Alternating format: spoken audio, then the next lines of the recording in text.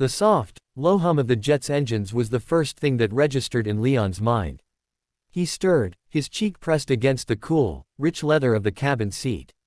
Blinking his eyes open, the heavy fog of exhaustion began to lift, instantly replaced by a sharp, familiar ache in his chest. He wasn't in his own bed. He was on a private jet. And he hadn't come here willingly. Across the dimly lit cabin, standing near the cockpit door, was his husband. Dexter. Leon stayed perfectly still, watching him. Dexter was speaking to the pilot in low, measured tones. He was dressed in his usual immaculate attire, a crisp, dark dress shirt that seemed to strain against his broad shoulders. As Dexter shifted his weight, Leon watched the way the fabric pulled tight, the powerful muscles of his back and arms flexing and relaxing with effortless, lethal grace. His black hair was slicked back flawlessly, not a single strand out of place, making the sharp, chiseled lines of his jaw look even more intimidating. He was undeniably gorgeous. He was also the most dangerous man in the country. Their marriage was strange, to put it mildly. To the outside world, they were untouchable. To Leon, it felt like living in a gilded cage with a warden who barely knew he existed. Dexter rarely spoke to him. Their interactions usually consisted of short, clipped orders or heavy scowls whenever Dexter grew annoyed with Leon's behavior. And recently, Dexter had been scowling a lot, mostly because Leon couldn't stop trying to run away. But no matter where Leon ran, no matter how clever he thought he was being, Dexter always found him. He wouldn't even come himself. He would just order his men to track Leon down, grab him, and haul him back. Lying there in the quiet cabin, Leon's mind drifted back to the very beginning. A year ago, they hadn't married for love, they had married because Leon's father was drowning in debt and needed the immense business profits and protection that an alliance with Dexter's syndicate would bring.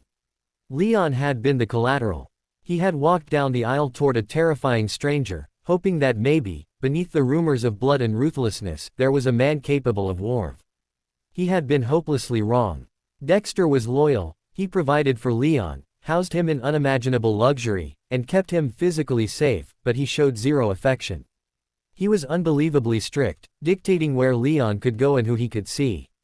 What Leon didn't fully understand, or perhaps refused to accept, was that his own reckless nature terrified Dexter. Dexter had countless enemies, ruthless cartels and rival bosses who would jump at the chance to use Leon as a pawn.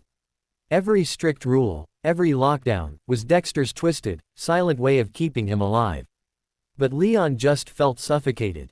And last week, that suffocation had finally broken him. It had been their 1-year anniversary. Leon, foolishly holding onto a tiny sliver of hope, had spent hours preparing. He had ordered a chef, set the massive dining table with candles, and waited. And waited. The candles had burned down to pools of wax. The food had grown ice cold. Dexter had never shown up.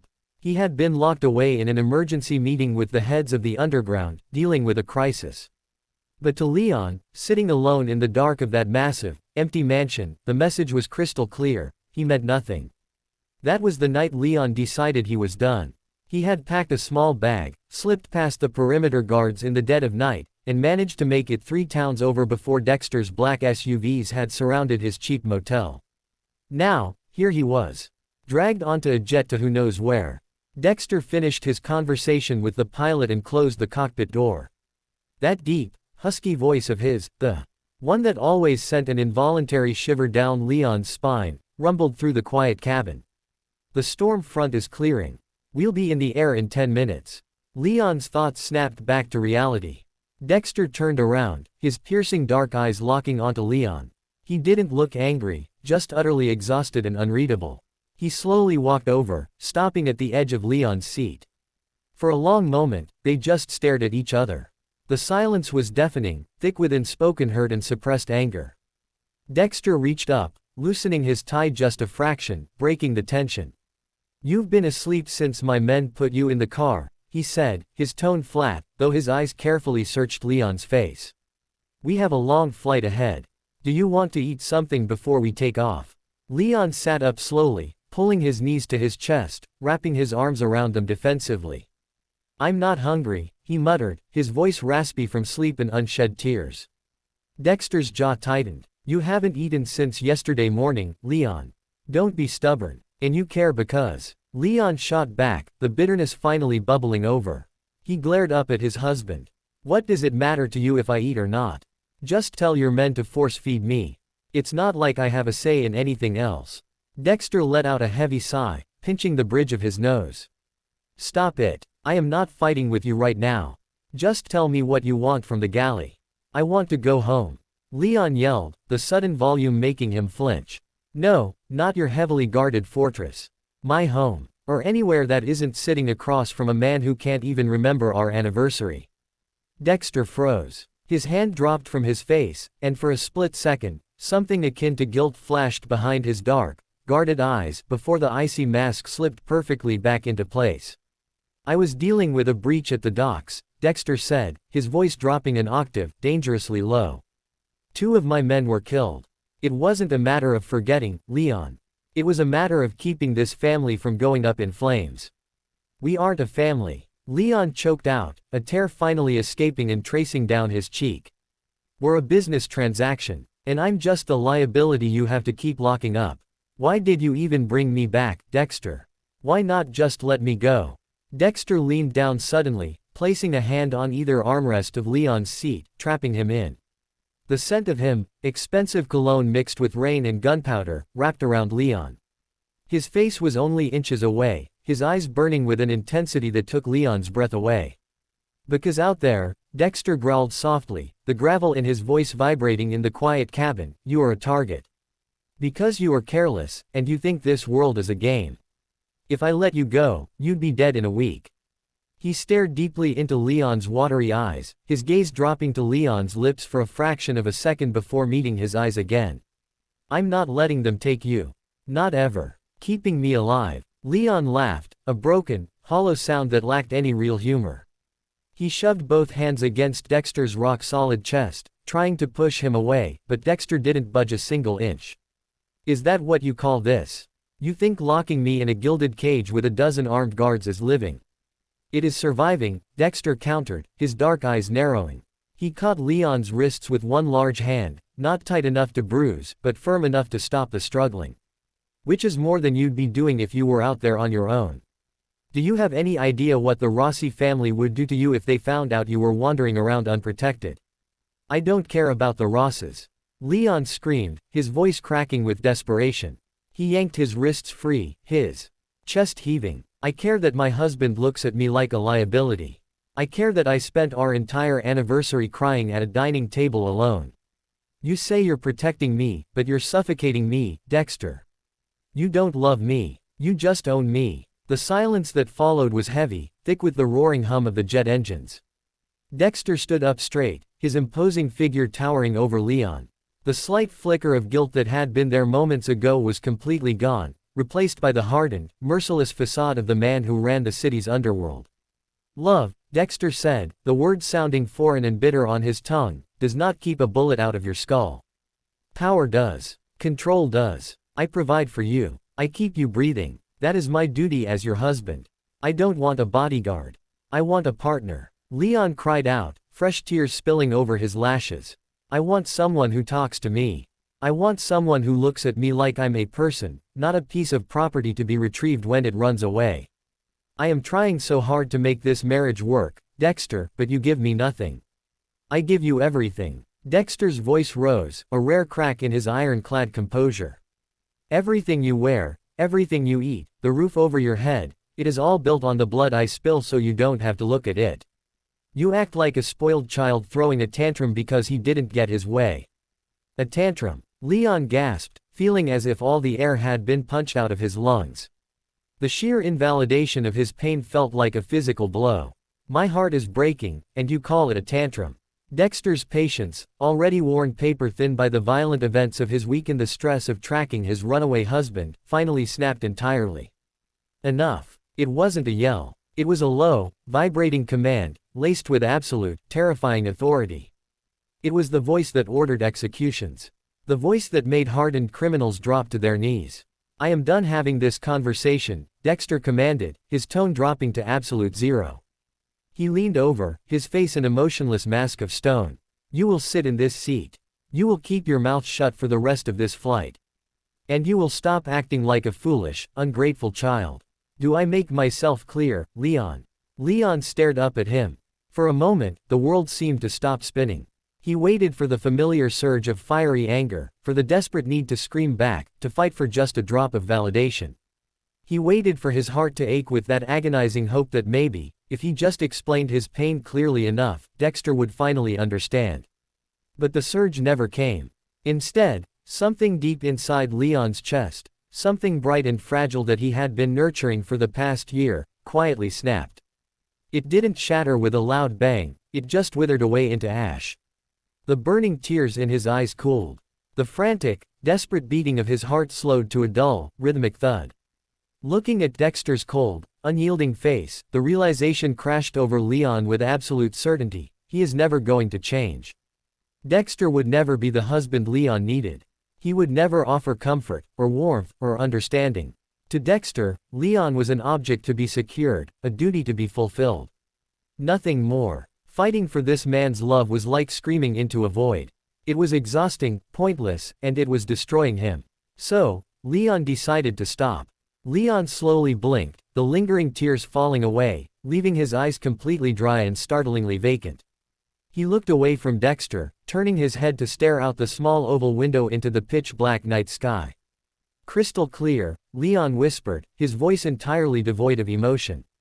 Dexter frowned slightly, the sudden, absolute surrender catching him off guard. He hovered for a moment longer, expecting Leon to lash out again, to cry, or to turn his back. But Leon just sat there, perfectly still, his reflection in the glass looking like a ghost.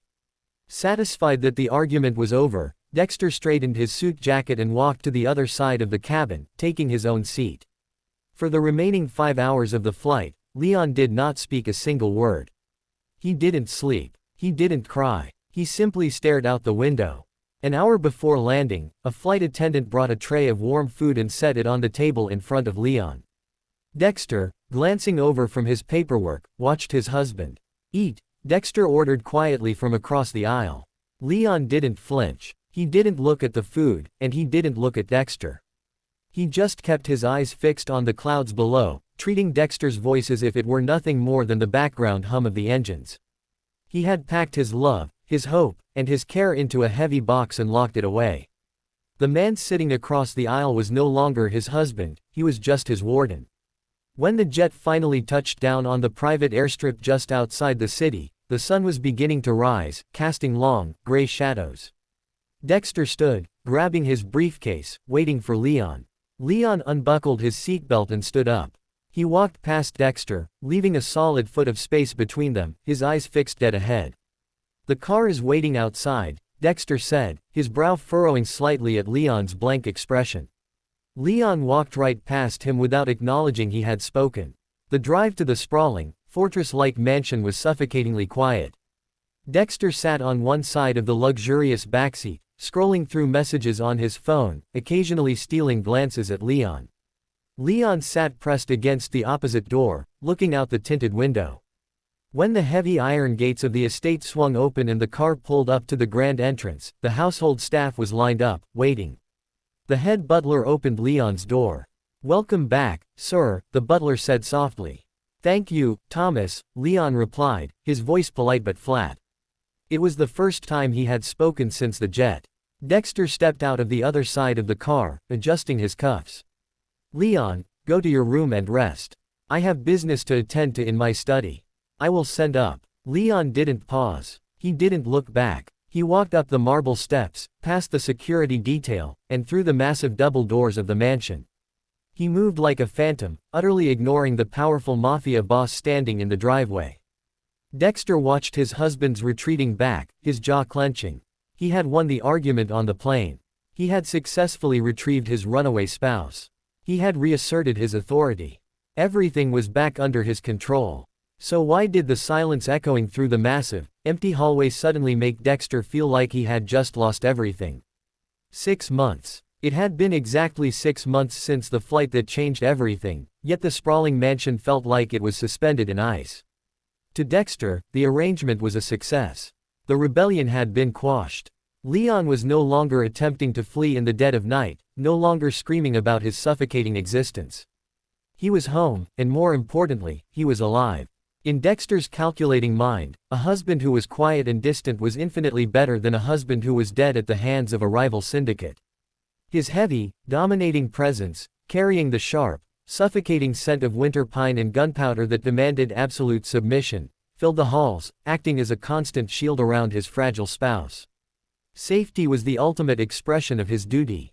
Feelings were secondary. But to Leon, the marriage was already a ghost. The dining room was vast, echoing with the quiet clinking of silverware against expensive porcelain. Dexter sat at the head of the table, his dark eyes scanning a secure tablet. Leon sat at the opposite end, his gaze fixed on a half-eaten piece of toast. The vibrant, sweet scent he used to carry had become muted and deadened, locked away just like his emotions. "My security team is rotating shifts today," Dexter said, his deep voice cutting through the heavy silence without him looking up from his screen. "You are not to leave the East Wing until 3 o'clock. 6 months ago, Leon would have fought. He would have slammed his hands on the table and demanded to know why he was being treated like an inmate. Today, he didn't even blink." "Understood," Leon replied. His voice was polite, hollow, and utterly devoid of warmth. He gently dabbed his mouth with a napkin, stood up, and pushed his chair in. "If you will excuse me." Dexter's eyes flicked up, narrowing slightly as he watched Leon leave the room. The absolute compliance still unsettled him, an itch he couldn't quite scratch, but he forced himself to focus back on his tablet. "He is safe," Dexter reminded himself. "That is all that matters." What Dexter didn't know was that Leon hadn't just stopped fighting, he had stopped looking to Dexter for anything at all. If Dexter was going to be his warden, Leon was going to find his salvation outside the prison walls. Later that afternoon, under the strict supervision of 3 plainclothes guards trailing at a respectful distance, Leon took a sleek black town car into the city. He instructed the driver to drop him off near a bustling commercial district, specifically asking to stop right outside the grand, sweeping architecture of pristine banquet hall. It was the perfect cover, crowded, loud, and impossible for the guards to eavesdrop in. Leon slipped into a small, unassuming, warmly lit cafe nestled right next to the banquet hall. His heart, which usually beat in a slow, depressed rhythm, fluttered with genuine anticipation. Sitting in the secluded corner booth, sipping a steaming latte, was Anmol. As soon as Anmol saw him, a bright, deeply affectionate smile broke across his face. He stood up, opening his arms. Leon didn't hesitate. He practically collapsed into Anmol's embrace, breathing in the comforting, normal scent of coffee and warm spices. It was a simple hug, but to Leon, who lived in a house completely starved of physical touch, it felt like oxygen. "You're shaking," Anmol whispered gently, rubbing circles into Leon's back before pulling away to look at his friend's tired eyes. "Is it getting worse?" "It's just cold, Anmol," Leon sighed, sliding into the booth. The tension in his shoulders instantly melted away in the safety of this hidden corner. "He doesn't look at me. He just issues directives. But I don't care anymore. I really don't." Anmol reached across the table, covering Leon's trembling hands with his own. "You deserve so much more than a golden cage, Leon. You deserve to be cherished." "I'm finding my own ways to breathe," Leon said, a small, genuine smile finally touching his lips. He reached into his designer messenger bag and pulled out a thick, leather-bound sketchbook, sliding it across the table. "Look, I finished the new designs." Anmol eagerly flipped open the book. Inside were pages of breathtaking, intricate jewelry designs, delicate silver chains intertwined with brilliant, star-like gemstones, chokers that looked like captured constellations, and rings that defied traditional geometry. "Leon, these are absolute perfection," Anmol breathed, his eyes wide with awe. "The Galaxygems Jewel collection. You've really outdone yourself this time. The manufacturer I spoke to last week said they can have the first prototypes ready by next month." Galaxygems Jewel. It was Leon's secret lifeline. A brand he was building entirely in the shadows, funded by the limitless allowance Dexter provided, but completely hidden from Dexter's watchful eyes. It was his distraction, his passion, and his quiet rebellion. "I want the sapphire pieces prioritized," Leon said, leaning in, his eyes sparking with a life that was entirely absent when he was at home. "And keep everything under the Shell Corporation name." If Dexter finds out I'm doing business with independent jewelers, he'll assume it's a security risk and shut it down in a heartbeat. Your secret is safe with me, Anmol promised, squeezing Leon's hands again. But Leon, how long can you keep doing this? Living two separate lives. You're glowing right now, but the second you step back into that car, you turn back into stone. Leon looked down at their joined hands. The warmth radiating from Anmol's touch was everything he had begged Dexter for, freely given by someone who just cared about him, not his safety protocols. As long as it takes, Leon whispered, his voice laced with a quiet, hardened resolve. Dexter thinks he has me entirely figured out. He thinks because I'm quiet, I'm his. But he lost me on that plane 6 months ago. Leon looked up, meeting Anmol's deeply concerned gaze. He can have the obedient husband he wants to parade around and lock up. But my heart, my mind, my passion, he doesn't get to touch those anymore. I'm taking my life back, Anmol. Even if I have to do it in the shadows. For an hour, they just talked. They laughed about trivial things, shared pastries, and discussed the future of Galaxygem's jewel. For 1 hour, Leon wasn't a mafia boss's liability, he was just a talented, loved young man with a dream. When it was finally time to leave, Anmol pulled him into another long, fiercely protective hug. Call me on the secure line if you need anything. Anything at all. I will, Leon promised. As Leon walked out of the cafe and the crisp city air hit his face, his guards immediately fell into step behind him. The warm, affectionate bubble popped, replaced instantly by the suffocating reality of his life. He smoothed his designer coat, his face slipping effortlessly back into an emotionless, porcelain mask. He was returning to the ice box, returning to the dangerous, imposing alpha who thought he owned the world. But as Leon slid into the back of the town car, his fingers lightly brushed the edge of the sketchbook hidden in his bag. Dexter might own the cage, but Leon had finally found the key to his own mind, and he was never giving it back. The grandfather clock in the cavernous living room struck 2 in the morning, its deep chimes echoing off the marble floors. Leon sat curled in a plush velvet armchair by the unlit fireplace, his sketchbook resting idly on his lap. The house was dead quiet, save for the rain lashing against the floor-to-ceiling windows. Suddenly, the heavy oak front doors burst open with a violent crash. The silence of the mansion was instantly shattered by shouting, the heavy thud of combat boots, and the frantic orders of the security detail. Get the doctor down here. Now. He's losing too much blood. A guard bellowed, his voice cracking with panic. Leon didn't jump. He slowly lifted his head, his face an unreadable, porcelain mask. Stumbling into the foyer, supported by 2 massive bodyguards, was Dexter. His usually immaculate black suit was torn to shreds, soaked through with a terrifying, sticky crimson. A deep, jagged wound tore across his side, and his face was deathly pale, drenched in cold sweat. The sharp, dominating alpha scent of pine and gunpowder that usually rolled off him in waves was entirely suffocated by the heavy, metallic stench of fresh blood. Dexter groaned, his head lolling slightly before his dark, heavy-lidded eyes snapped up and locked onto Leon sitting in the living room. Through the searing, blinding agony of his torn flesh, a sudden spark of desperate hope ignited in Dexter's chest. He remembered this scenario. It had happened before, in the early days of their marriage.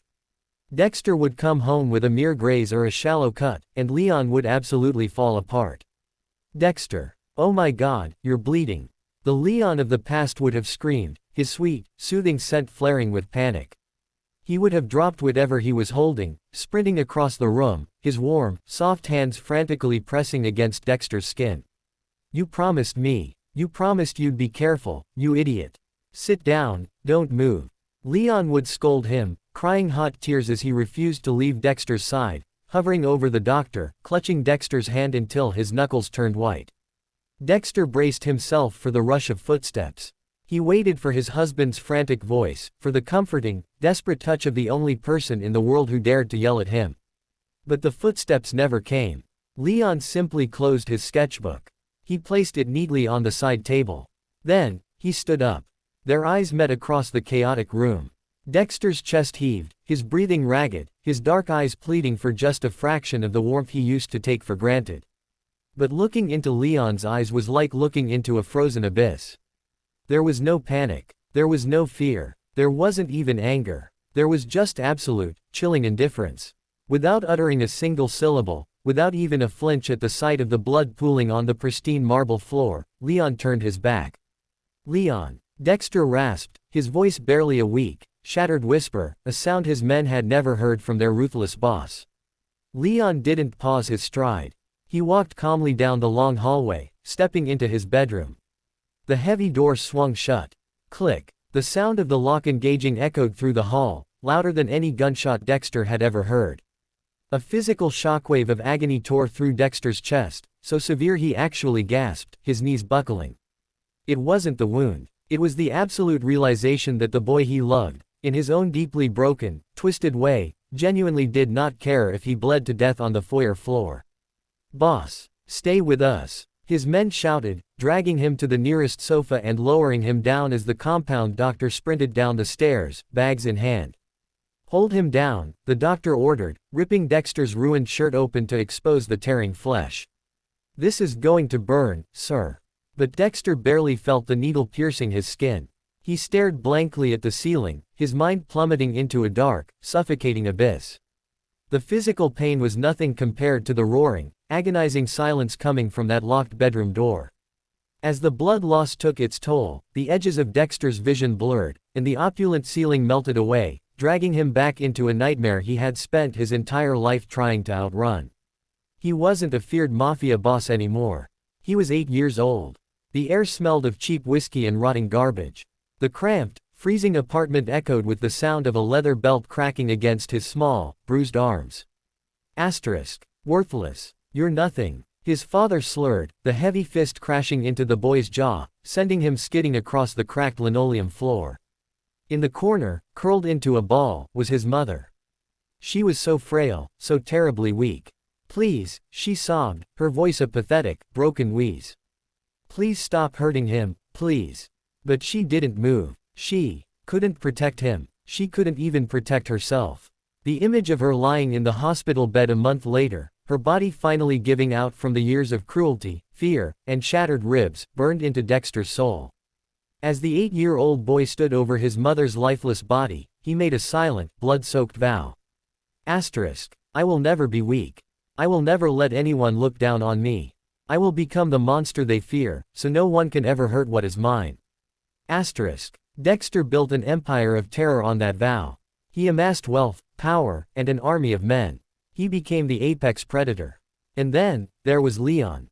Leon, with his bright smiles, his passionate arguments, and his soft, sweet scent.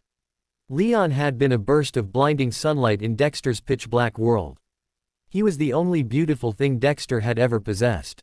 Lying there on the sofa, breathing heavily as the doctor stitched his side, a single, devastating tear slipped from the corner of Dexter's eye, cutting through the blood and sweat on his face. His twisted mind had believed that safety was the only form of love that mattered.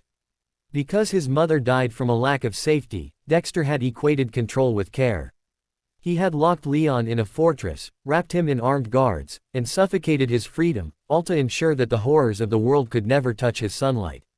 "I just wanted you safe," Dexter thought, the heartbreak ripping him apart from the inside out. "I just wanted you beside me. Unharmed, untouched." But as he looked down the hallway at the cold, locked door, the brutal, horrifying truth finally crushed him. He had succeeded. He had kept Leon perfectly safe from the monsters outside. But in doing so, he had become the monster inside the house. Leon was safe, but Leon's soul was dead. And Dexter was the one who had killed it. 3 days had passed since Dexter's blood had stained the pristine marble of the foyer. He had survived, of course. Men like Dexter didn't die easily, they were too stubborn, too deeply rooted in the violent underworld they commanded. But as he sat in the dim lighting of his massive mahogany-paneled office, a heavy glass of scotch untouched on his desk, he felt weaker than he ever had in his entire life. The physical pain from the stitches pulling at his torn side was a dull, constant throb, but it was nothing compared to the suffocating silence of the mansion. For the past 3 days, Leon had completely ignored his existence. Not a single inquiry about his health, not a glance in his direction when they happened to cross paths in the sprawling hallways. Leon treated him like a piece of furniture, something that simply occupied space, entirely irrelevant to his life. Dexter reached out, his large, scarred hand trembling slightly, and pressed a button on his desk console. A screen flickered to life, displaying the live feed from the estate's security cameras. It was a habit of control, a compulsion he had relied on for over a year to monitor his fragile husband. The screen showed the glass-walled solarium at the back of the estate. Leon was sitting at a wrought iron table, bathed in the soft, golden afternoon sunlight. He was leaning over a sketchbook, a pencil moving rapidly across the page. He looked breathtakingly beautiful, surrounded by blooming orchids and lush greenery. But as Dexter zoomed the camera in, the sickness in his stomach violently twisted. Leon's face was completely slack. The vibrant, fiery spark that used to make his eyes shine, even when he was screaming in anger, was dead. He looked like a beautifully crafted doll, hollowed out and placed on a shelf. I did this, Dexter thought, the realization crashing into him like a physical blow. I broke him. With a sudden, sharp intake of breath, Dexter slammed his hand on the console, shutting the screen off. He couldn't watch the monitors anymore. The control he had craved, the absolute security he had built around Leon, suddenly felt repulsive. It wasn't a shield, it was a tomb. Slowly, agonizingly, Dexter stood up. He ignored the sharp protest of his stitched ribs, buttoned his loose black dress shirt, and walked out of the office. When Dexter pushed open the heavy glass doors of the solarium, the warm, humid air washed over him. Leon didn't even flinch at the sound of the door. He just kept sketching, his graphite pencil scratching softly against the thick paper. Dexter walked over, his usually silent, predatory footsteps heavy and dragging. He stopped a few feet away from the table. He didn't use his authoritative tone. He didn't command the room. Leon, Dexter spoke softly, his deep, gravelly voice lacking its usual sharp edge. Leon paused his drawing. He didn't look up, his eyes remaining fixed on a delicate silver chain he was designing. If you are here to dictate my schedule, you can tell the guards. They relay your orders perfectly well. The icy detachment in Leon's voice made Dexter's chest tight. No guards, Dexter said, taking a slow step forward and pulling out a chair opposite Leon. He sat down heavily, wincing slightly as his wound stretched. I dismissed the detail assigned to the East Wing. And the ones who follow your car. That made Leon stop. Slowly, cautiously, Leon raised his head. His eyes, cold and guarded, flicked over Dexter's pale face and the slight hunch of his posture. Is this a new tactic? Leon asked, his voice laced with bitter skepticism. A new test to see if I'll try to run again so you can punish me for it. No test, Dexter said, his dark eyes locking onto Leon's. The impenetrable, terrifying mask of the Mafia boss was gone, leaving behind a desperately tired, broken man. It's a surrender. Leon scoffed, a harsh, humorless sound. He closed his sketchbook and crossed his arms defensively. You don't surrender, Dexter. You conquer. You control. Did losing a few pints of blood suddenly make you forget who you are? It made me remember what I've done, Dexter replied, his voice barely a whisper. He leaned forward, resting his elbows on his knees, staring down at the stone floor as if the weight of his guilt was physically crushing him. When I was lying on that sofa, bleeding, you walked away. And you were right to do it. Leon's breath hitched slightly, but he forced his face to remain blank. He dug his fingernails into his palms to keep his composure. For a year, Dexter continued, his voice shaking with a vulnerability he had never shown to a living soul, I treated you like a liability.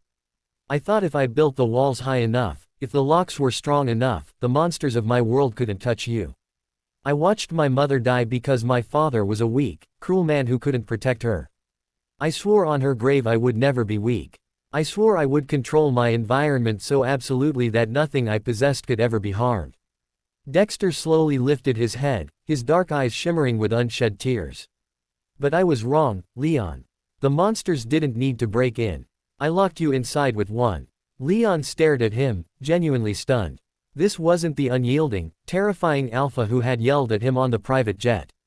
This was a man stripping his soul bare, admitting to his deepest, darkest failures. But the scars on Leon's heart were too thick, too hardened by months of neglect, to just melt away. It's a beautiful speech, Dexter, Leon whispered, his voice trembling despite his best efforts to keep it steady. But it's too late. You can't starve someone for a year and then expect them to be grateful when you finally offer them a crumb of humanity. I begged you to see me. I screamed for you to treat me like a partner. You looked me in the eye and told me my feelings were a tantrum. You told me my purpose was just to stay alive. Leon stood up, grabbing his sketchbook. Well, congratulations. I'm alive. But the husband who loved you, the boy who cried when you didn't come to our anniversary, he died on that plane. Dexter stood up as well, ignoring the searing pain in his side. He reached into his pocket and pulled out a heavy, forged metal keycard, placing it gently on the glass table between them. This is the master override for the estate, Dexter said, his voice thick with emotion. It opens the front gates. It disables the tracking in your cars. The guards have been given strict orders. You are free to come and go as you please. No escorts. No curfews. No questions asked. Leon looked down at the keycard, his mind racing. It was the absolute freedom he had been desperately fighting for, handed to him on a silver platter. He looked back up at Dexter, searching for the catch, the hidden trap. Why are you doing this? Leon demanded, his voice cracking. Why now? Because you were right, Dexter said softly, taking a step back, giving Leon the space he had so desperately craved. I didn't know how to be a husband. I only knew how to be a warden. But I am releasing my prisoner, Leon. Dexter's eyes traced the beautiful, guarded lines of Leon's face, committing them to memory. You don't have to forgive me, Dexter whispered, his voice breaking. You don't even have to look at me. Use the freedom. Go to the city. Build whatever life makes you smile again. But I am done suffocating you. With that, Dexter turned around. He walked slowly out of the solarium, his hand pressing against his bleeding side, leaving Leon standing alone in the sunlight. Leon stared at the master keycard on the table, the cold, heavy metal glistening, as the impenetrable walls of his emotional fortress finally began to crack. The city lights blurred into streaks of gold and crimson as Leon drove his sleek silver coupe down the highway. For the first time in over a year, the passenger seat was empty. There were no armed guards tailing him in heavily armored SUVs. The master override keycard sat snugly in the cupholder, a silent testament to his hard-won liberation. Life outside the mansion was vibrant and intoxicating. Leon spent his days at the newly leased studio space for *Galaxygems Jewel, working side by side with Anmol, breathing life into his sketches. He laughed freely, drank coffee in crowded plazas, and felt the sun on his face without the looming shadow of the syndicate watching his every move. He was finally happy. Or, at least, the pieces of him that existed outside the mansion's walls were happy. But the truth Leon held close to his chest, the secret he barely dared to whisper even to Anmol, was that he hadn't completely let go of the man waiting for him at home. He didn't want a divorce, he wanted the husband he had been denied. He wanted a partner who understood that love meant trust, not imprisonment. But Leon was not going to make it easy. He needs to understand, Leon had told himself time and time again. He needs to feel the coldness. He needs to sit in the suffocating silence of that house and realize what it feels like to be completely alone in a marriage. Only then will he truly change. So, Leon decided to become the ice. He would test Dexter, push his patience to the absolute limit, and punish him for every tear Leon had shed over the past year.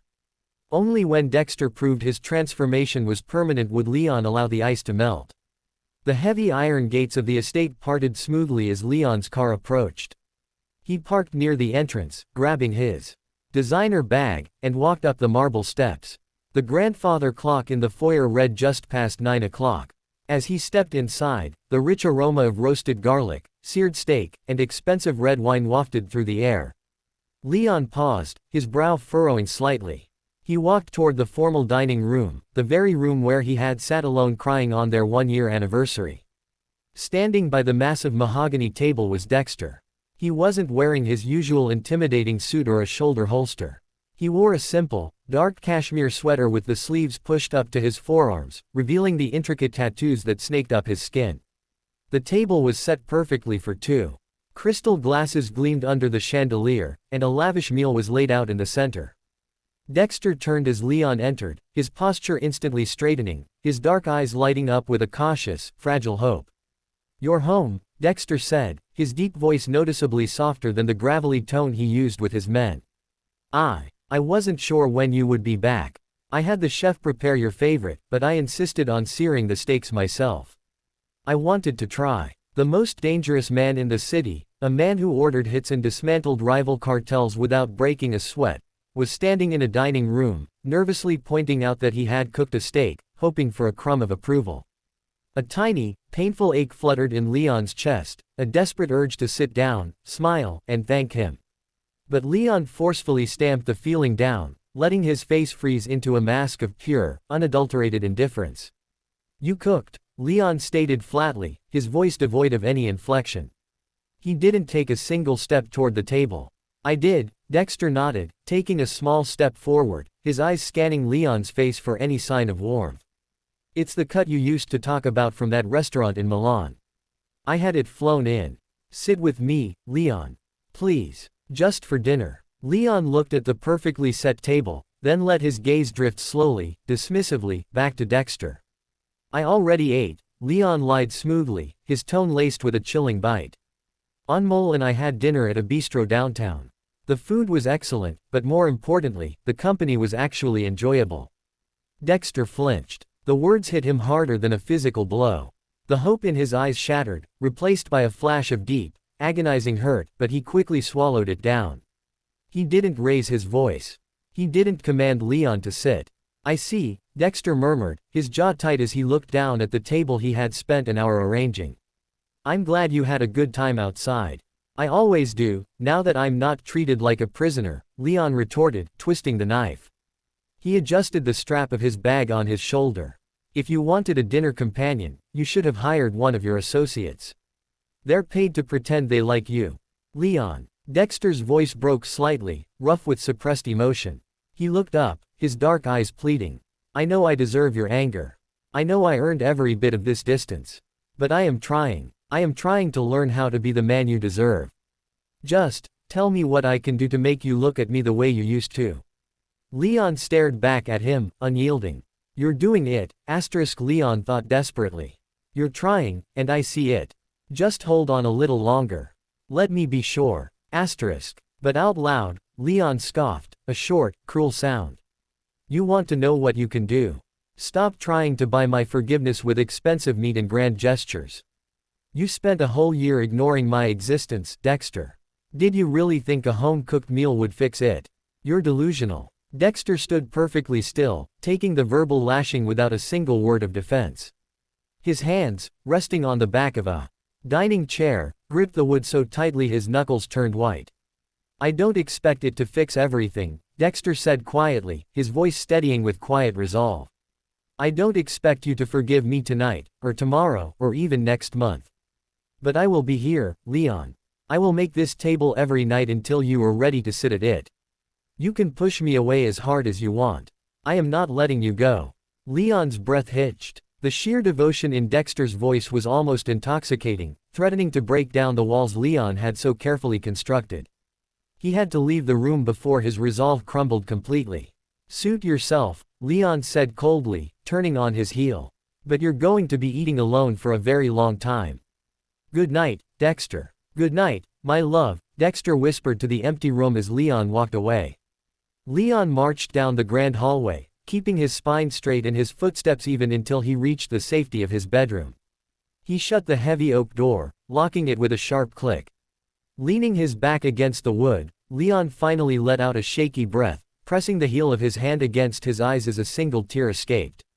It hurt. God, it hurt to be that cruel to him. Seeing the heartbreak in Dexter's dark eyes tore at Leon's own soul. But as Leon walked over to his vanity and looked at his own reflection, he hardened his gaze. It's a test, he reminded himself. He needs to learn that my heart isn't something he can just lock up and expect to keep beating. He has to earn it back, piece by piece. Downstairs, Dexter sat alone at the massive table. He poured himself a glass of the expensive red wine and looked at the empty chair across from him. The silence of the house was deafening, a brutal reminder of the year he had forced Leon to endure. He picked up his fork, eating the meal in total silence. It tasted like ash in his mouth, but he chewed and swallowed. He was the boss of the underworld. He had endured torture, betrayal, and war. He would endure his husband's eyes. He would stand in the freezing cold of Leon's resentment for the rest of his life if it meant that one day, he might be allowed back into the warmth. The heavy mahogany doors to Dexter's private study were locked from the inside. Outside, two of his most hardened enforcers stood guard, under strict orders that the boss was dealing with a matter of absolute life and death, and was not to be disturbed. Inside the dimly lit office, the most feared Mafia boss in the country was glaring fiercely at his laptop screen. The screen was illuminating his intense, scarred face with the paused frame of a painfully cheesy romantic comedy. Next to the laptop was a black, leather-bound ledger, usually reserved for tracking millions in illicit funds or hit lists. Currently, the ledger contained a bulleted list. 1. Flowers, red equals love, yellow equals friendship. Do not buy yellow. Asterisk. 2. Maintain deep eye contact, note, do not blink. Women, men like this. Asterisk. 3. Unbuttoned shirts show vulnerability. Asterisk. 4. Humor. Tell him he is fine. Asterisk. Dexter pinched the bridge of his nose, exhaling a long, frustrated breath. He was a man who understood leverage, fear, and absolute power. But Google's advice on how to win back an angry husband was proving to be the most baffling tactical puzzle he had ever encountered. He hit play again, watching the male lead hold up a boombox in the rain. Impractical, Dexter muttered to the empty room. The electronics would short-circuit. And pneumonia is a sign of weakness. Still, he dutifully jotted down, music in the rain. Asterisk. He was determined. If this was the battlefield he had to conquer to get Leon to look at him with warmth again, he would become the greatest romantic general the world had ever seen. Attempt 1. The casual seduction.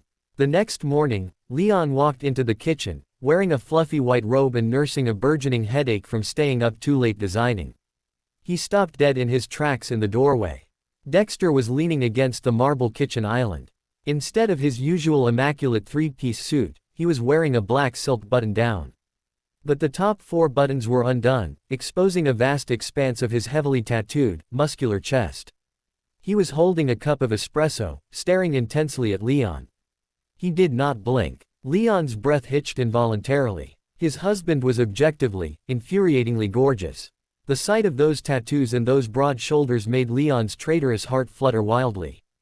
But Leon quickly clamped down on the feeling, summoning his icy facade. Is the heating broken? Leon asked, his voice dripping with cool indifference. Dexter's unblinking stare intensified. He adjusted his posture, leaning forward slightly. According to the WikiHow article he had read at 3 a.m., this was the moment to deploy humor to break the tension. Dexter lowered his voice to its deepest, most gravelly, bone-chilling Mafia boss pitch. Are you a parking ticket? Leon blinked, entirely caught off guard. Am I a what? A parking ticket, Dexter repeated, deadpan, his face a mask of lethal seriousness. Because you have, fine, written all over you. There was a suffocatingly quiet pause. Leon's brain short-circuited. He stared at the terrifying, blood-soaked ruler of the underworld, who was currently standing half-naked in their kitchen, delivering a pickup line he had clearly stolen from a teenage magazine. A hysterical giggle bubbled up in Leon's throat. He bit the inside of his cheek so hard he tasted copper. He dug his nails into his palms, his shoulders shaking slightly as he desperately fought the urge to burst into absolute, echoing laughter. It was the most ridiculous thing he had ever witnessed. Don't laugh. Do not laugh. You are punishing him, Leon's inner voice screamed.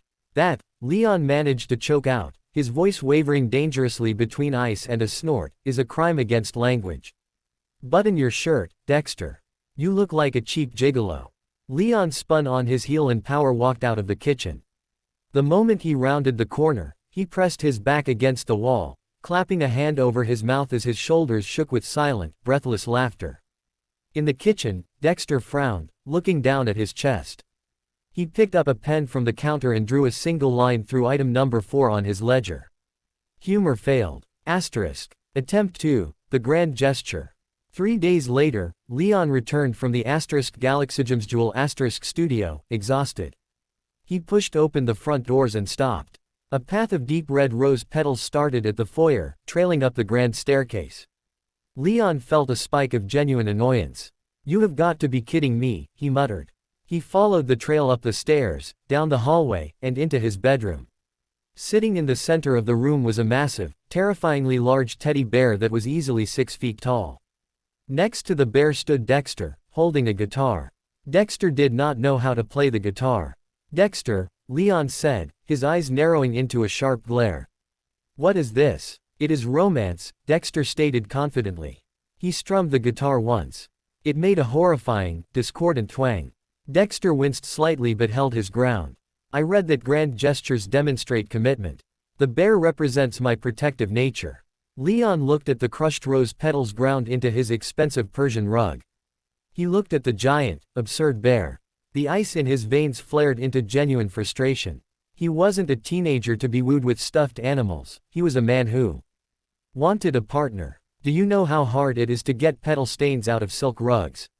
Leon snapped, crossing his arms. "And what am I supposed to do with a bear the size of a bodyguard?" "This isn't romance, Dexter. This is you treating me like a child because you Googled how to say sorry." Dexter's shoulders dropped slightly, the guitar lowering. "The internet said women like bears. I am a grown man," Leon yelled, throwing his hands up in exasperation. "Get this monstrosity out of my room, and for the love of God, put the guitar down before someone gets hurt." He slammed the bedroom door shut, leaving Dexter standing in the hallway with a giant bear and a broken heart. Attempt 3, the surrender. By the end of the second week, Dexter was exhausted. He had tried poetry, which sounded like threats when he read them aloud. He had tried buying out an entire movie theater Leon refused to go. His ledger was full of crossed-out, failed tactics. It was raining heavily on a Tuesday night. Leon walked down to the kitchen for a glass of water, expecting the house to be dark and empty. Instead, the kitchen lights were blazing. Leon stopped in the doorway, absolutely stunned. Dexter, the ruthless alpha who had men tremble at his mere shadow, was standing in front of the oven. He was wearing his expensive black slacks, but his dress shirt was ruined, dusted completely in white flour. He had a pink floral apron, which belonged to the head cook, tied awkwardly around his massive waist. There was a streak of chocolate batter across his scarred cheek. The kitchen looked like a war zone. Bowls were everywhere. Whisks were abandoned. Dexter was staring into the oven glass, looking more defeated than Leon had ever seen him. "It defied my orders," Dexter muttered to himself, his voice thick with sheer exhaustion. "It refused to rise. I followed the protocol exactly." Leon took a slow step into the kitchen. "Dexter, what are you doing?" Dexter jumped, whipping around. He looked down at his flour-covered hands, then at his ridiculous apron. The fearsome Mafia boss suddenly looked like a scolded puppy. I was baking," Dexter admitted, his voice rough, lacking all its usual authority. "I read that making something with your own hands shows genuine care. You like chocolate lava cake. I ordered the chef to leave so I could do it myself. But I failed." Dexter looked at the floor, the heavy weight of his misery pulling his broad shoulders down. "I fail at all of it, Leon. I don't know the lines. I don't know the gestures. I am a monster trying to pretend he knows how to be a prince, and I am just making a fool of myself and ruining your rugs." Leon stared at him. He saw the flour in Dexter's hair.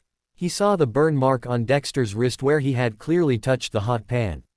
He saw the absolute, desperate vulnerability in the dark eyes of a man who would rather die than look foolish, yet was wearing a pink apron just to make his husband smile. The ice around Leon's heart didn't just crack this time. It shattered completely, melting away in a rushing flood of overwhelming affection. "He really, truly loves me," Leon realized, the thought knocking the breath out of his lungs. "He has no idea how to do it, but he loves me so much he's willing to destroy his own pride just to try." Leon bit his lip, trying to hold on to his angry facade for just a second longer, but he couldn't do it. A soft, genuine laugh slipped from his lips. Dexter's head snapped up, his eyes widening at the sound. It was the first time he had heard Leon laugh in over a year. It was the most beautiful sound in the world. Leon walked across the kitchen, stepping over a spilled bag of sugar. He stopped right in front of Dexter, reaching up with a gentle hand to wipe the streak of chocolate batter off Dexter's cheek. "You are an absolute disaster," Leon whispered, his eyes shining with unshed tears, but a tender smile gracing his lips. "I am," Dexter breathed out, barely daring to move, terrified that if he breathed too hard, the illusion would break and Leon would turn cold again. "But I am yours." If you will still have me. Leon looked at the ruined kitchen, the pink apron, and then up into the desperate, loving eyes of his husband. The test was over. The punishment was done. Take the apron off, Dexter, Leon said softly, sliding his arms around Dexter's waist and resting his head against the flour-covered chest, listening to the frantic, thunderous beating of Dexter's heart. And let's go buy a cake. Together. For the next 3 months, the sprawling, fortress-like estate didn't feel like a prison. It felt, for the very first time, like a home. The heavy, suffocating tension that used to choke the hallways had completely evaporated, replaced by the soft, warm hum of a marriage that had finally found its footing. Dexter had kept his promise. He had stripped away the suffocating rules, the curfews, and the overbearing security protocols. In return, Leon had slowly, carefully given Dexter his heart back. It was a Tuesday morning, and sunlight was pouring into the master bedroom, catching the dust motes dancing in the air. Leon was tangled in the silk sheets, his head resting comfortably on Dexter's bare, tattooed chest. The terrifying Mafia boss was currently running his large, calloused fingers gently through Leon's hair, a soft, incredibly rare smile gracing his scarred face. "You have to get up," Dexter murmured, his deep voice a soothing, gravelly rumble in the quiet room. He pressed a kiss to the crown of Leon's head. "Anmol called your phone 10 minutes ago." He sounded panicked about the sapphire shipments. Leon groaned, shifting his weight and throwing a leg over Dexter's hips, pinning him down. "Tell Anmol the boss of Galaxygem's Jewel has been kidnapped by a very handsome, very dangerous man, and the ransom is 5 more minutes of sleep." A low, genuine chuckle vibrated in Dexter's chest. He wrapped his massive arms around Leon's waist, effortlessly pulling him higher so they were face to face. "I am a very dangerous man," Dexter whispered, his dark eyes softening in a way they only ever did for Leon. He brushed his thumb over Leon's cheekbone. "But you hold the leash. You know I can't deny you anything." Leon smiled, his heart swelling with the sheer, overwhelming love he felt for the man beneath him. It was still a shock, sometimes, to reconcile the ruthless alpha who ruled the city's underworld with the man who had burned 3 batches of pancakes the previous Sunday just trying to make breakfast in bed. "I love you," Leon said softly, leaning down to press a sweet, lingering kiss to Dexter's lips. "My life is yours," Dexter replied instantly, the vow slipping from his tongue like a sacred prayer. He kissed Leon back, deep and slow, before gently tapping his hip. "But seriously, Anmol is going to have a heart attack. And my security team is waiting to escort you to the studio." Leon rolled off him with a dramatic sigh, stretching his arms. "Just the 2 unmarked cars today, please. I don't want to look like I'm invading a small country when I pull up to the jeweler's block." 2 cars. 4 men. Discreet, Dexter promised, sitting up and watching Leon walk toward the bathroom with pure adoration. "Be safe, my heart. Call me when you arrive." 3 hours later, the world ended.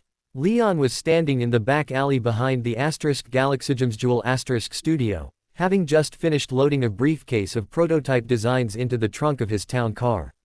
His lead guard, a massive man named Marcus, was standing a few feet away, scanning the street. "All set, sir?" Marcus asked politely. "All set, Marcus," Leon smiled, turning toward the open car door.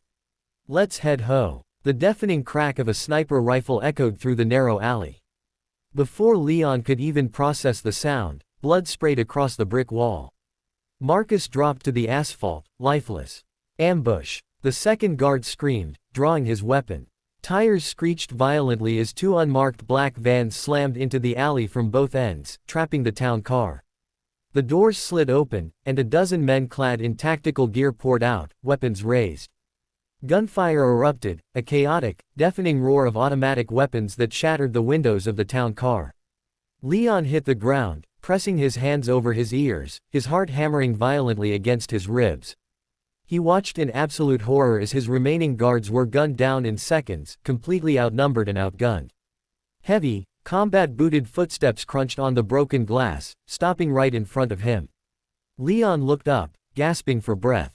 A man with a jagged scar across his chin smiled down at him, grabbing a handful of Leon's hair and violently yanking him upward. Well, the man sneered. "The untouchable wife. Rossi sends his regards." A heavy, sickening blow struck the side of Leon's head. The alley spun wildly, his vision flashing with white-hot pain, before everything faded into a suffocating, terrifying black. In his mahogany office, Dexter was looking over a ledger when his secure encrypted phone rang. It wasn't the regular ringtone, it was the red line alert. Dexter snatched it up. "Speak, boss." The voice on the other end was weak, choking on blood. It was one of the guards assigned to the perimeter of the studio. "It's a hit. Rossi's men, they ambushed us.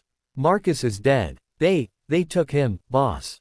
They took Leon." The ledger slipped from Dexter's hand, hitting the floor with a heavy thud. For 5 seconds, the room was plunged into an absolute, deathly silence. The air in the office instantly plummeted in temperature.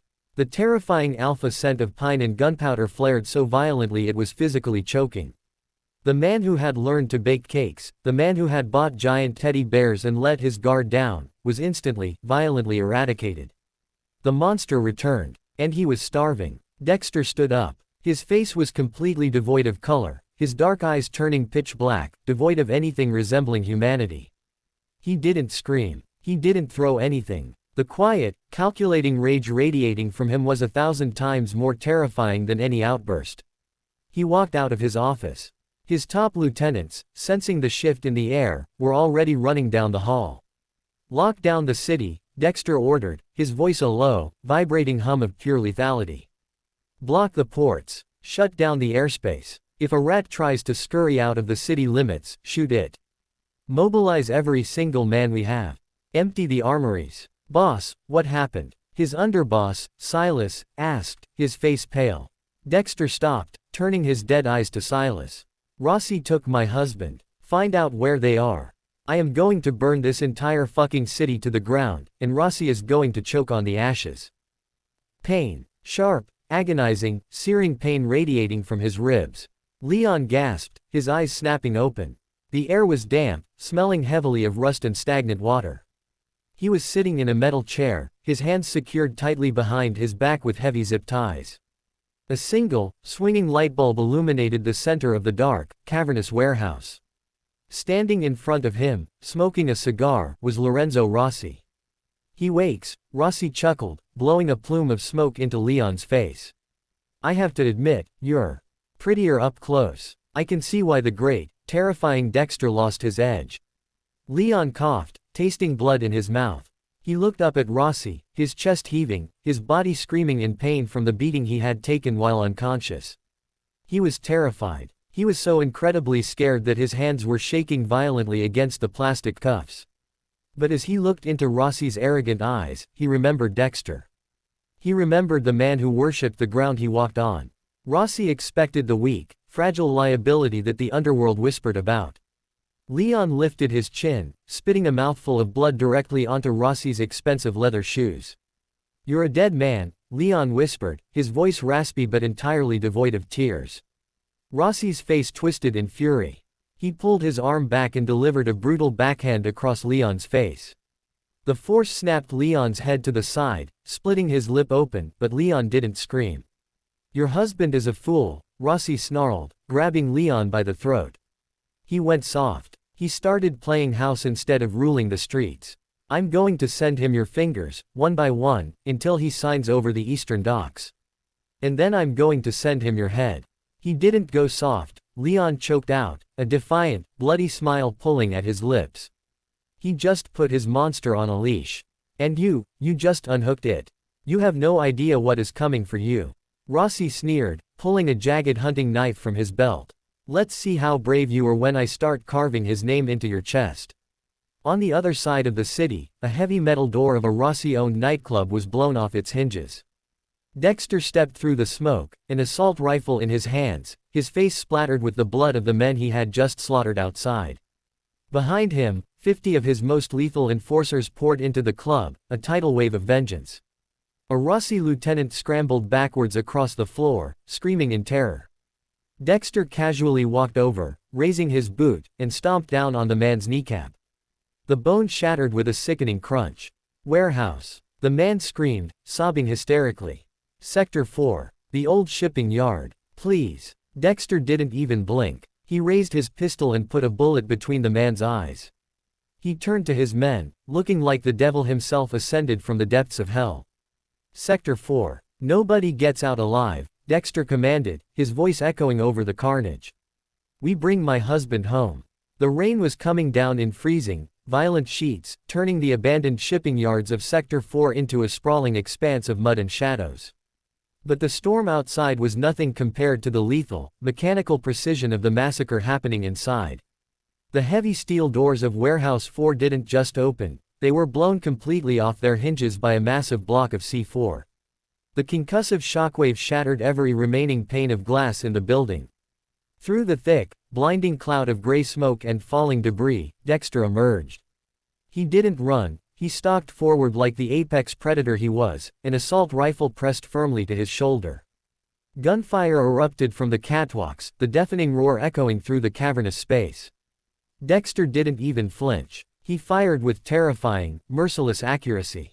One by one, Rossi's men dropped from the rafters, their bodies slamming onto the concrete floor below.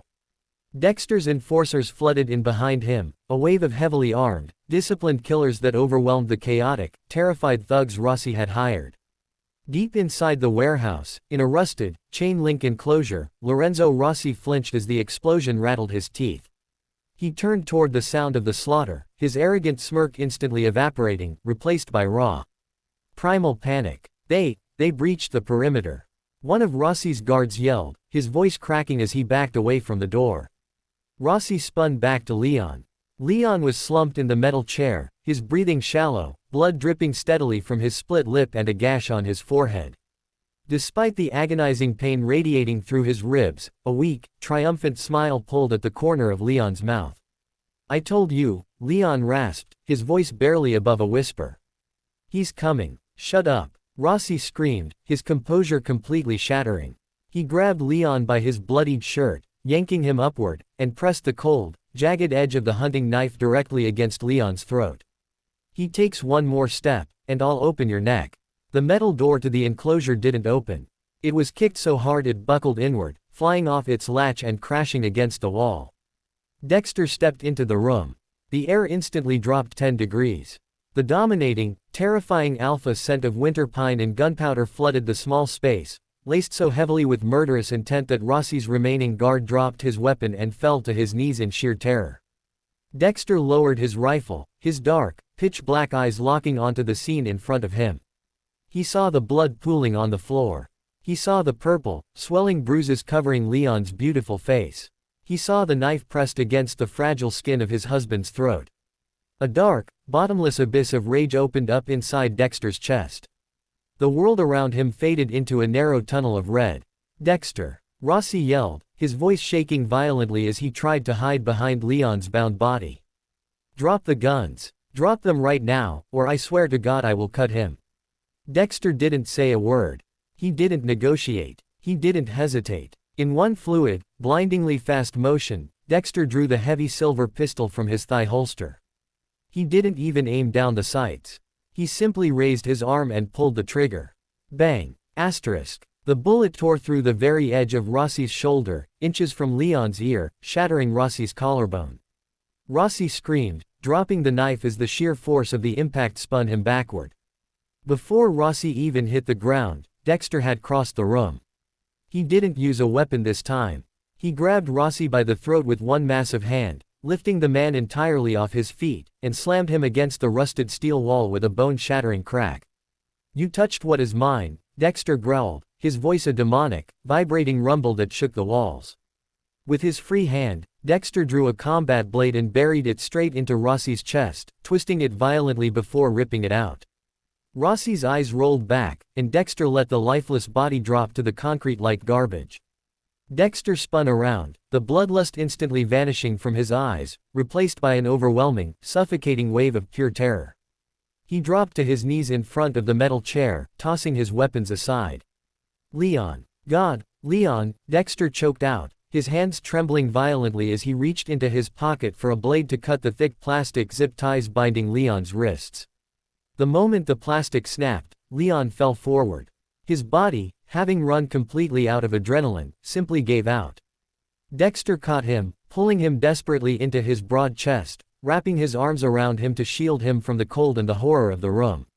He buried his face in Leon's blood-matted hair, inhaling the faint, sweet scent that was struggling beneath the smell of copper and dampness. "I'm here," Dexter chanted frantically, his hands running over Leon's back, feeling the shuddering breaths. "I've got you. You're safe. I'm so sorry, my love, I'm so sorry." "Dex." Leon whimpered, his head resting weakly against Dexter's neck. His eyelids fluttered, struggling to stay open. The blood loss and the concussion were finally pulling him under. "It hurts. I know, baby, I know," Dexter said, a single tear slipping down his scarred cheek. He carefully scooped Leon up into his arms, lifting him as if he weighed nothing. "Stay awake, Leon. Please, keep your eyes open.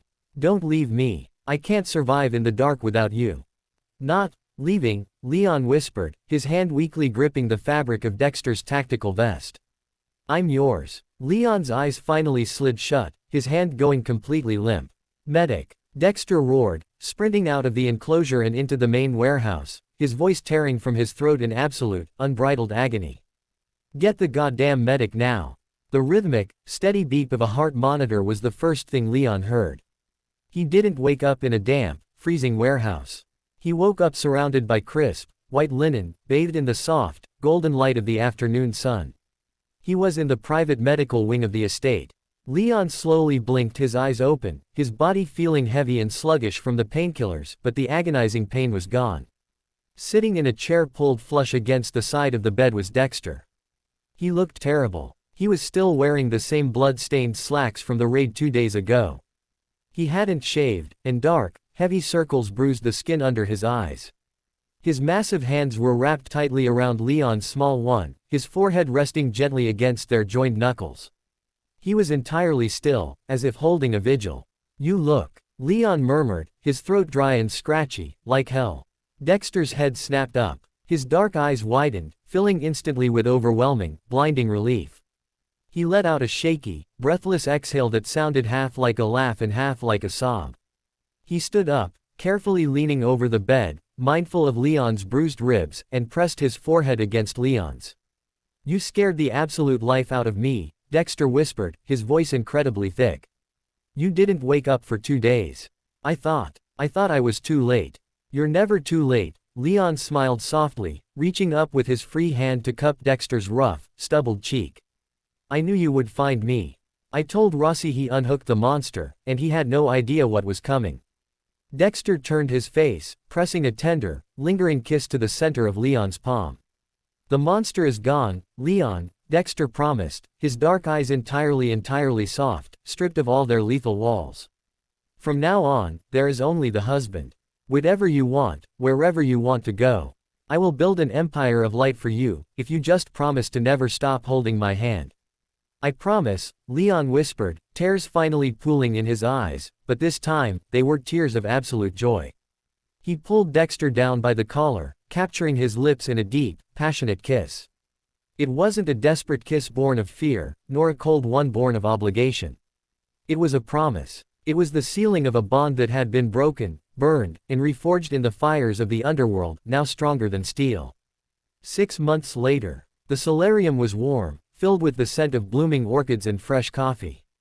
Leon sat at the glass table, laughing brightly as Anmol excitedly pointed at a magazine spread. Right there, on the center page, was the stunning, starry debut collection of Galaxygems Jewel, modeled and praised by the city's elite. "We did it, Leon. We're back ordered for the next 3 months." Anmol cheered, raising his coffee cup in a toast. "We did," Leon beamed, his eyes sparkling with pure, unadulterated happiness. He looked healthy, radiant, and completely free. The heavy glass doors opened, and Dexter walked in. He was dressed in a tailored navy suit, looking every bit the devastatingly handsome alpha. But there were no armed guards trailing him, and the heavy, terrifying aura he used to project was completely replaced by a calm, secure warmth. Anmol smiled, gathering his things. "I'll let you two celebrate. I have to get back to the studio anyway." "Bye, boss." Dexter nodded respectfully to Anmol as he left.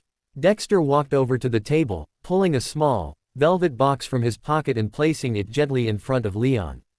"What is this?" Leon asked, tilting his head with a curious smile. I'm the jewelry designer, remember? Open it, Dexter murmured, leaning down to press a kiss to the curve of Leon's neck. Leon popped the box open. Inside was a simple, incredibly elegant silver band, engraved with a single constellation. When we got married, it was a transaction, Dexter said softly, dropping down to one knee right there on the solarium floor, taking Leon's left hand in his. I put a ring on your finger to mark you as mine, to lock you away. But today, Dexter looked up, his dark eyes brimming with absolute devotion. I am asking you to choose me. Will you marry me, Leon? For real this time. Leon's breath hitched, a beautiful, radiant smile breaking across his face as a tear slipped down his cheek. He didn't hesitate for a single second. Yes, Leon whispered, pulling Dexter up by the lapels and wrapping his arms tightly around his neck. Yes, 1,000 times, yes. Dexter caught him, lifting him and spinning him in the sunlight, the sound of Leon's bright, ringing laughter filling the estate. The cage was gone forever. In its place stood a home, built on absolute trust, fierce protection, and an unbreakable, consuming love. The end.